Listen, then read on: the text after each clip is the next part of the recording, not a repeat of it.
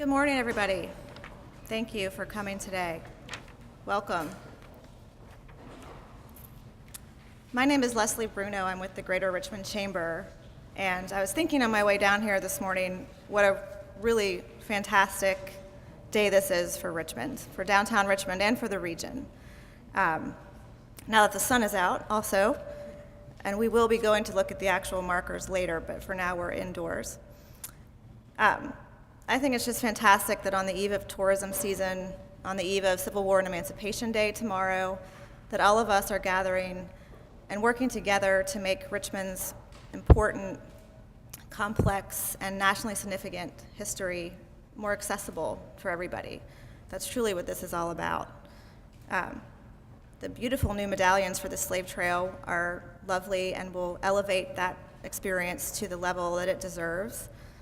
And the Liberty Trail project was just an idea a year ago, and now, thanks to many people in this room, it's becoming a reality, and the two trails are merging down here in Chaco, and that could not make me happier, and also it's a great thing for the residents and tourists to this city.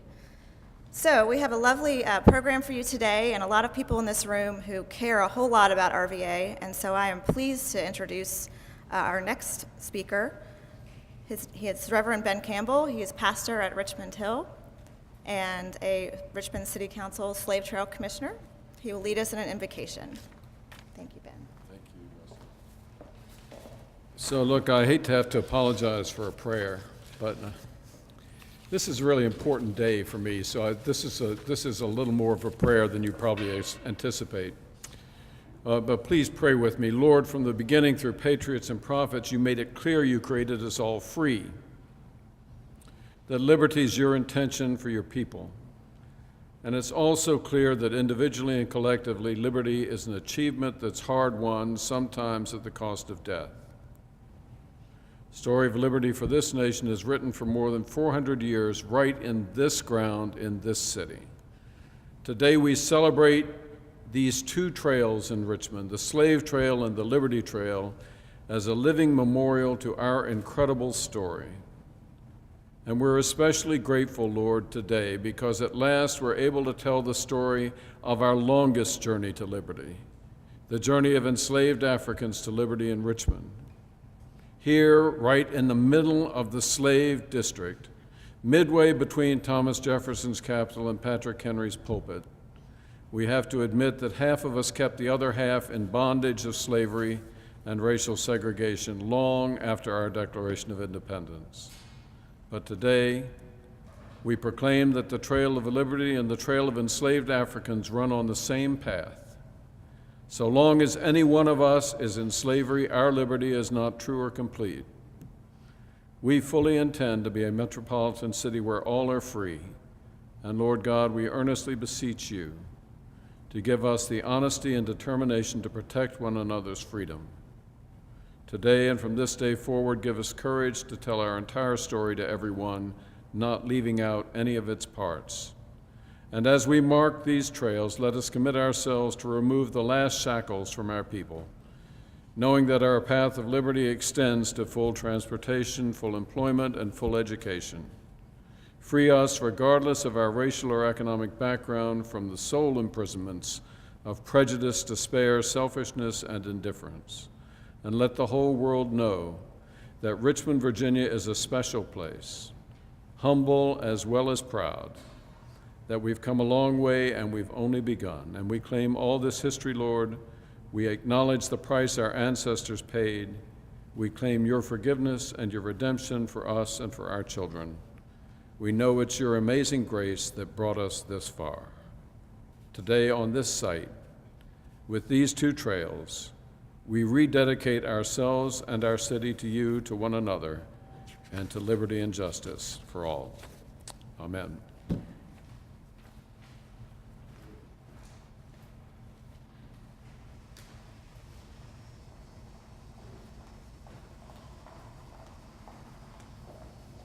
And now I'd like to bring forth the Honorable Mayor Dwight C. Jones, City of Richmond.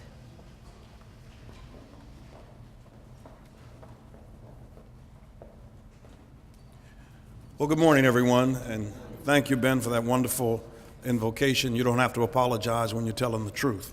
And certainly did enjoy it. I'm delighted to be here today to share in this wonderful occasion and to be a part of this opportunity to put in place the wonderful history that we are so aware of in our city, but now we're taking the drapes off of it, taking the wraps off of it, so that others might know as well.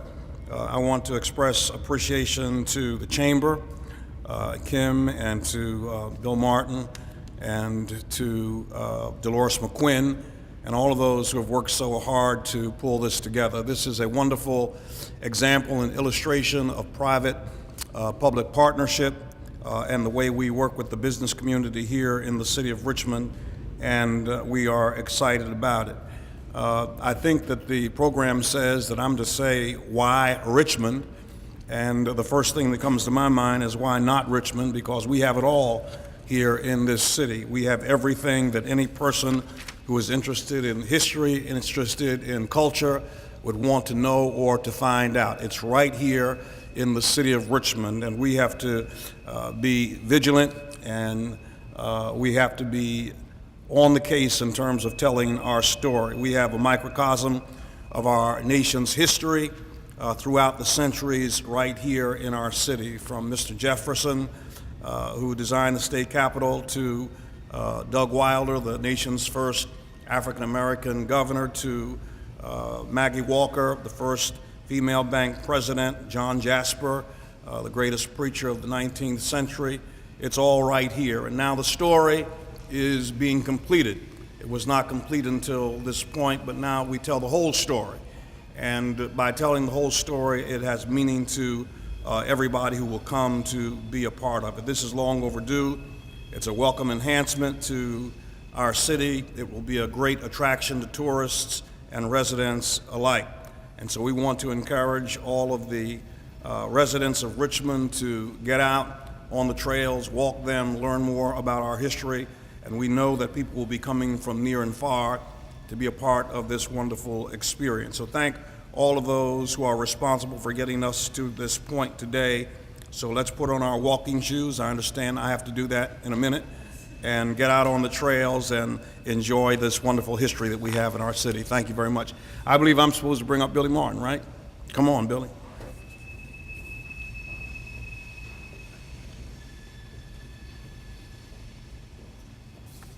Why liberty? Why not liberty, I would guess, is really the question. Mayor Jones, Delegate McQuinn, I cannot tell you how much this day means, I think, for our city. I have an interesting quote that I've just found just this past week, and it's from an unlikely source. The heart of liberty is the right to define one's own concept of existence, of meaning, of the universe, of the mystery of life. That's what liberty is. The source, though, is an interesting case. It's a case at the Supreme Court a few years back, and the quote is from Justice Anthony Kennedy, an odd source. I think that there's this continuing struggle that we all face of the basic ability, the actual ability to be able to discover who we are and what we can accomplish. And that struggle has been played out on the streets in Richmond by who has access to the city, to this place, who has the actual liberty to act on their beliefs and their ideas. As a community, our definition of liberty has certainly changed, and I think one of the exciting things about this trail is that you see that ever-emerging and ever-evolving sense of who we are, what it means to be free, what it means to be at liberty. What does it mean to be at liberty? And Richmond really needs to own that. Richmond really needs to own that. Is it Patrick Henry, liberty or death? Is it Jefferson's words? Is it Gabriel, death or liberty? Is it the thousands of enslaved who passed through the very spot that we are standing? It's the waves of immigrants that filled Richmond's factories. Is it Robert E. Lee, Is it the Freedmen's Bureau in the Capitol? Is it Maggie Walker? Is it along those streets of Broad Street and Grace Street and 2nd Street? Is it Mary Wingfield Scott, who helped preserve this city? Or odd characters like Thomas Buchall, who invented the consumer credit card? Is it Doug Wilder?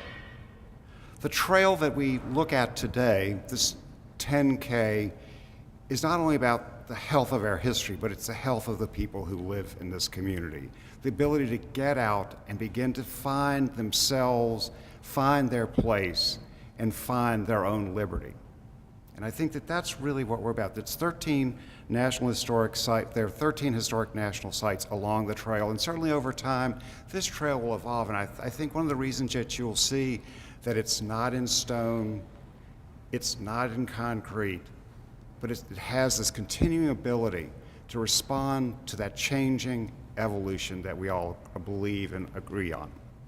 So along the streets and the historic buildings and museums, and in sometimes, particularly in this area, just below the surface, Richmond has been a part of a difficult and amazing story.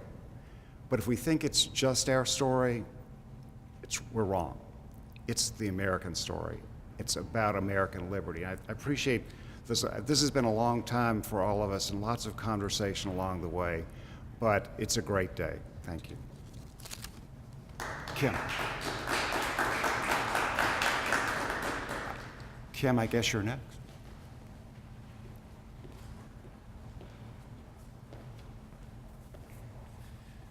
Thank you, Bill. I'm Kim Sheeler from the Chamber, and as the mayor mentioned, the idea for this came out of the intercity trip to Boston last year, and I was fascinated when people went out on an excursion and came back and talked about how much the simple concept of painting a line on the sidewalk to connect different venues could make a difference in how people saw that and how it attracted people and how it turned into a tourist attraction that drove a tremendous amount of business for the shops and different places along that area, but also heightened the awareness of people both in Boston and outside of Boston of the things that had taken place there.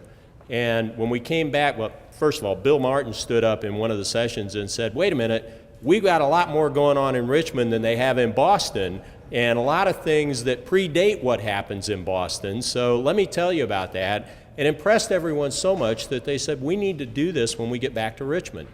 And so as we started the conversation and started working on it, the notion of how do we connect that with the slave trail came up, and the fact that connecting all of the sites that Bill had identified, and some of them overlapped with the slave trail sites that Delegate McQuinn had been working on with her folks for so long, just became of the utmost importance in this process. And really creating that network of a couple of assets that can mean so much to this community and can help people come here and learn about what happened in Richmond and the history that we have here and the things that have gone on, the great things and the not so great things, but all are important to our history and all are important to the history of this country and are important elements of what's made this the country that it is and what's made this the city that it is. Mayor, I want to thank you and your folks at the city for making it possible for us to be able to do this. There are a lot of communities across the country that 5 years from now we'd still be having the conversation about whether or not we can put paint on a sidewalk. And we probably would have just snuck out in the middle of the night and done it and been in trouble. But this is so important. It's such an incredible benefit for us, for the community, and I think it's going to be a tremendous attraction. And I'm excited about the day when we can generate the money that we need to finish all the work on the antiquities along the slave trail to really make it a place that people from around the world are going to want to come and see and experience and learn and understand and put Richmond even more on the map. So we're thrilled to be a part of this today. We're looking forward to getting out there tomorrow and painting. And at this point, I want to bring up somebody who has committed a tremendous amount of her life to making sure that the slave trail came to life and became something that people knew about, understood, and saw in the city of Richmond. Delegate Dolores McQuinn, Chair of the Richmond City Council Slave Trail Commission and Delegate for the 70th District in the House of Virginia. Delegate McQuinn.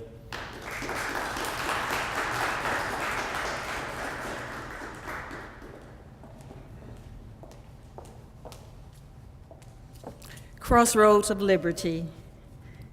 Just wanted to acknowledge Mayor Jones and just thank him for being the best mayor that anyone could have. And we're going to promise we're going to keep you. Liberty, the quality or state of being free, the power to do as one pleases, freedom from physical restraint, the positive enjoyment of various social, political, economic rights and privileges, the power of choice. Today is an exciting day. We have come to an interesting crossroad on land that once held enslaved Africans against their will, before being sold downriver to point further south. Near the horrific Lumpkins Jail and the Devil's Half Acre, where families were torn apart, many never reunited. Near the final resting place of Africans just stepped away at the burial ground. This land, where people once transferred in bondage, became land willed to an institution of higher education. The significance of this place, this space, speaks volumes to the turning tide that is Richmond's history. We have come a long way in this journey to share the truth of this very painful part of Richmond's history, our nation, and our history. As Virginia moves into the second year of commemorating the signing of the Emancipation Proclamation, this event is even more fitting for the capital of Virginia, to focus on liberty and its meaning to all Richmonders. Even though for many of us, liberty has been experienced differently, all of us have some insight into what liberty is. We stand today being reminded of one who was determined to seek liberty and freedom before it was officially declared, Gabriel Prosser. Gabriel Prosser embodied the notion of liberty as he listened attentively to those around him. Gabriel Prosser heard, believed, and pursued through quest for liberty. The rhetoric of the Founding Fathers motivated and inspired him to realize only what he had dreamed of. I'm certain that as a young man, he thought if those who seek liberation from the stronghold of Great Britain, they would surely understand his yearning to be released from the oppressor's hand. What he tasted, he wanted. He understood that freedom was a God-given right for all mankind, regardless of the color of their skin. He saw it as a natural order for all human beings and pursued it with vigor. Regardless of the shackles on his hand and feet, Gabriel refused to have shackles on his mind. His spirit embodied and yearned for liberty, freedom, and justice in a peculiar institution called slavery, an institution that had determined that liberty was only to be a privilege of white people. It was his yearning for freedom and liberty that caused him to unselfishly act and sacrifice all against this system of cruelty and brutality.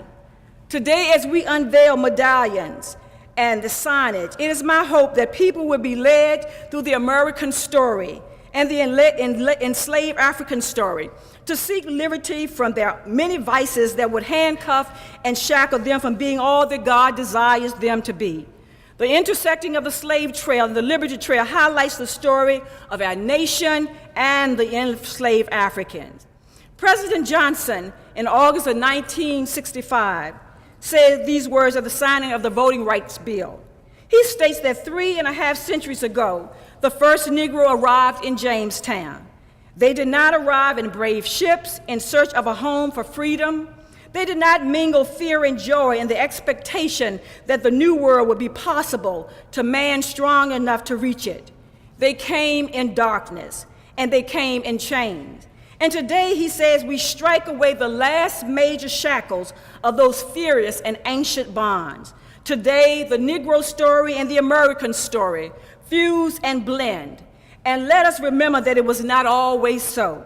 The story of our nation and the American Negro are like two great rivers swelling up from that tiny Jamestown spring flows the century-long divided channels. When pioneers subdued a continent to the need of man, they did not tame it for the Negro. When the Liberty Bell rang out in Philadelphia, it did not toll out for the Negro. When Andrew Jackson threw open the doors of democracy, they did not open it for the Negro. It was only at Appomattox, a century ago, that American victory was also a Negro victory, and the two rivers, and one shining with promise, the other dark stained with oppression, began to move toward one another. Today, Richmond's history intersect, where two perspectives are shared, yet with one promise and through the execution of one plan. Gabriel speaks today through his amazing short life, but phenomenal contribution.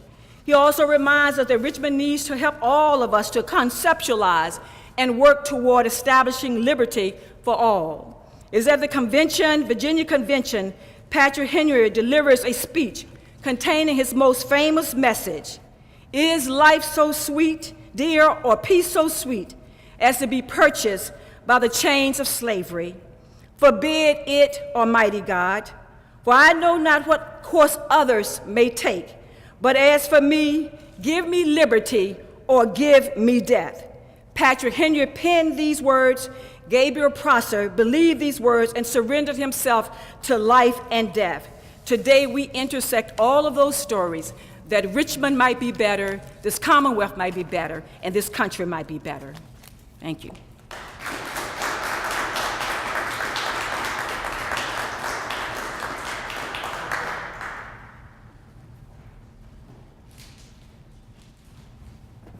Thank you, Delegate McQuinn.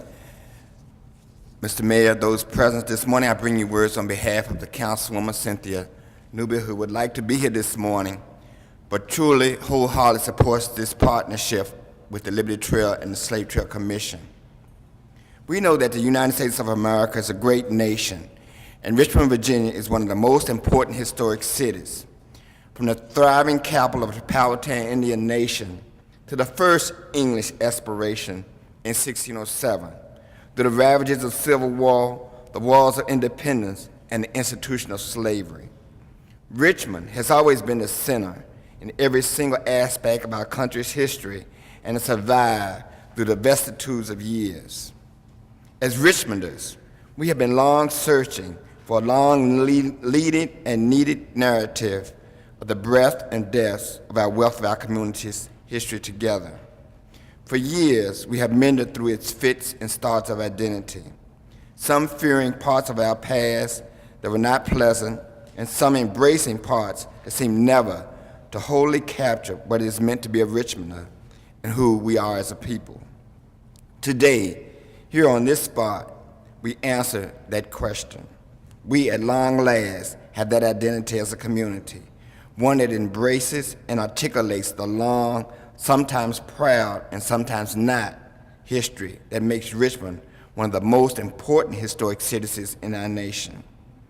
Thank you to each and every person in Richmond who has made this happen, and for the ongoing work that will be done on behalf of the important rebirth of our great city. Thank you.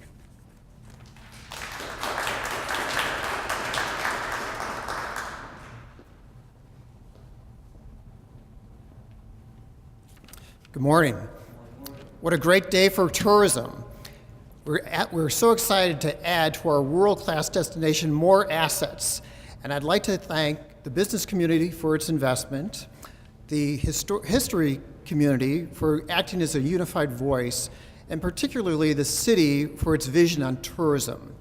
Now, what you're seeing in front of you is huge assets, and the beauty is I don't think you can do it in one day. So you'll have to spend the night. Or, better yet, return. Because actually the secret of our success in Richmond is the repeat visitor. We have so many great assets that people come, they see it, and they learn, and they come back. And the statistics prove that. And so what it's just a wonderful thing to do today is because this kicks off our tourism season. And so thank you everybody for being here today, and we're going to look forward to a fabulous year. Thank you.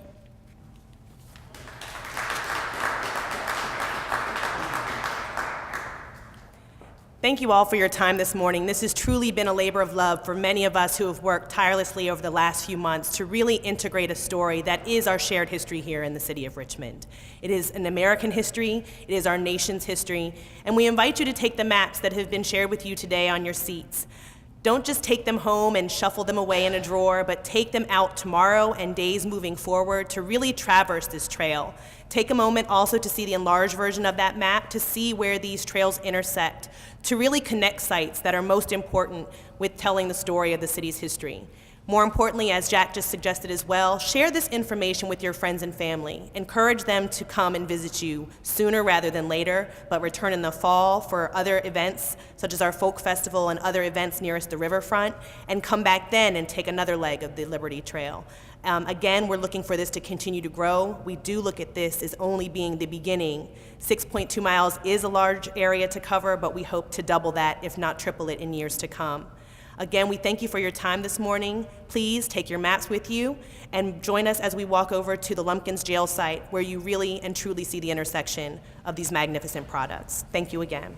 Showcase the first of many of the Liberty Trail markers, and then we'll head to the Slave Trail.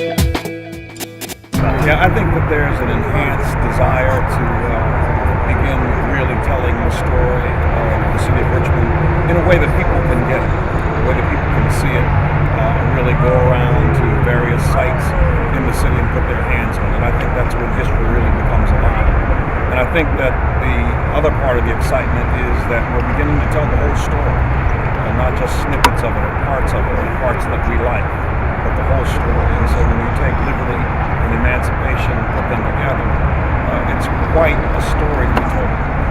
Yeah, I'd like for all of the citizens of Richmond to become acquainted with the Liberty Trail and the Slave Trail, to come down and to walk it. And when you have visitors that come from out of town, make sure that they come out and walk it as well.